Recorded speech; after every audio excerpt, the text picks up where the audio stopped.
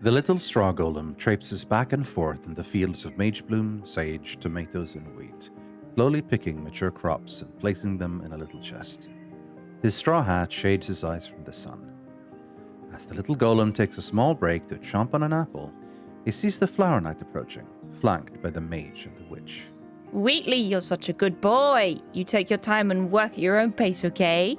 Okay, look, I'm not saying Wheatley is bad at his job, or that he's doing something wrong. I'm just saying that I could do it much faster, and he could just take a break or something. No, Wheatley loves his little job. Don't take it away from him. It's not about taking something away from him. I'm just saying that if I could do it... It's okay, Wheatley. We won't let him take your job, we promise. Okay. Message received. You go do your thing, Wheatley, and don't think too much about the fact that your hat is made from the same material as yourself. Rythian, don't say that. But it's kind of like if we were wearing hats made of flesh, if you think about it. La. Not listening, and Wheatley isn't either. Rythian smiles as he grabs the glass jar full of smoky, colorful, sparkling energy. The entire reason he came to visit the crop field in the first place. Okay, I'm hoping this will do the trick. This could be the wrong type of magic energy, but it shouldn't break anything. At least I hope it won't. We could try my crystal. I've been casting a whole bunch of spells with that. It probably has magical energy in it. Worth a shot. And if not, we'll find a way. It'd be so strange if log 24 was the only message. The plate and only one sheet. That's it? Yeah, you're right. This has to be one of several.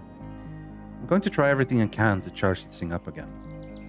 I don't like that it stopped humming and changed to this dull grey color, but after what we heard, I'm not going to give up. Speaking of what we heard, if we're going to the Twilight Forest, where do we go? Find the throne? Find Zoe? Potentially. Even if we don't find anything immediately, it's good to have a goal so we don't just walk around aimlessly. When do you think we're ready to go? Soon. We should make sure our equipment is in good shape first, though. Maybe throw defensive spells on? We don't want to step in unprepared like we did for the Nether. There could be dangerous things in the Twilight Realm too, even if it is supposed to be a nicer place. I'll pack lunchboxes with all our favourite meals. Oh, and I have new brushes for the brooms that'll speed us up a bit. And I wanted to make a new hat. I'll stock up on arrows. We really need to start raising chickens so I have a steady supply of feathers. Remember when you two said this was just a temporary place to make a camp and that you two would be moving on soon? Yeah, that one didn't quite go as planned. We still do want to travel and see more places, but it's nice to sort of have a home here in the valley. We've already travelled way more than I imagined. We went to the Nether, now we're going to the Twilight Forest. Who knows where we'll go next? Alright, everyone make sure to bring your warp stones. Don't want to repeat to the tower incident. Wheatley liked holding it, and I didn't want to take it from him. Yeah, but then he escaped the farm and snuck into Rythian's basement. It was a whole thing. The portal shimmers with bright colors as the three travelers look at it. Fittingly, the time of day is twilight. Hold hands! They do. Adjusting her new hat, Briony takes a step and deliberately falls forward into the swirling portal, and Kirsty and Rythian follow suit. The first things they see are dark, leafy treetops, far, far up above, so dense and thick that the sky isn't even visible. The air is clear and fresh, and the sound of crickets mix with the soft hum of the portal. Fireflies light up the night around them. It's beautiful. The witch looks around wide-eyed with wonder and joy at the new world she stepped into. Rythian starts marking the area with small motes of light. Okay, let's try to remember where this is, so we can make our way back if needed. It's really dark here.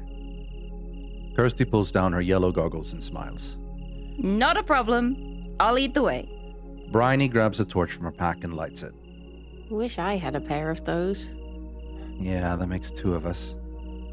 Sorry! Only found one pair. I really should focus on trying to make my night vision spell permanent. Keep being distracted by other ideas. Oh no! Look, I think he's hurt. Briony points at a raven hopping on the ground just at the edge of the light. His wing sits at an awkward angle and the feathers are roughed up. Briony slowly approaches the bird, hands outstretched. Easy, little fella. I'm not going to hurt you. I just want to see if you're okay and maybe help a little. The raven doesn't seem afraid at all as the witch approaches. He cocks his head as she kneels down to take a closer look. Then he hops right into her hands. Oh, poor guy. His wing is broken. Must have gotten a fight or crashed into something. It looks bad. I think maybe I can do something about it. Kirsty, can you hold him for me? Huh? Me? What if I hurt him more? Briony places the raven in Kirsty's hands and closes her eyes. The witch's hands start glowing with soft green light. She gently lays her fingers on the wing. As the magic begins to do its work, the wing slowly rights itself, and the feathers smooth out. The raven cautiously starts testing his wing, stretching it out in full. Oh, I think that should do it, little guy. I'm sorry you got hurt, but you should be better now. The raven looks up at Briony and nods his head a few times, lightly pecking at Kirsty's hands. Then he takes flight, circling around for a little while before taking off further into the night, leaving a large black feather behind. Oh, I don't think he liked me very much. How did you know it was a male raven? They're a little larger and have scruffier throat feathers, but that's not always 100%. Some female ravens can be chonky too. I just kind of knew. I got a sense of him, I guess. I usually do with animals. Briony, can I have that feather? Sure. What are you going to use it for? I can use this to make a quill and a map that'll help us navigate here. I remember making them before. I think You think what? that maybe I wasn't quite as kind to the raven back then as you were now. Oh, There's a pause as Rythian looks down on the ground, not meeting anyone's eyes. The meaning of his words is clear. What if I was a bad person? What do you mean? What if I did some bad things? Maybe more than just some. Some of the flashes I'm getting are not good. What if I was a horrible person? you don't know that that's true.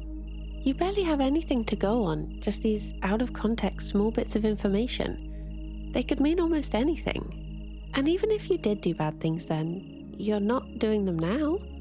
Whatever it was, it's in the past. Yeah. What matters is who you are now. Everyone deserves a chance to become better.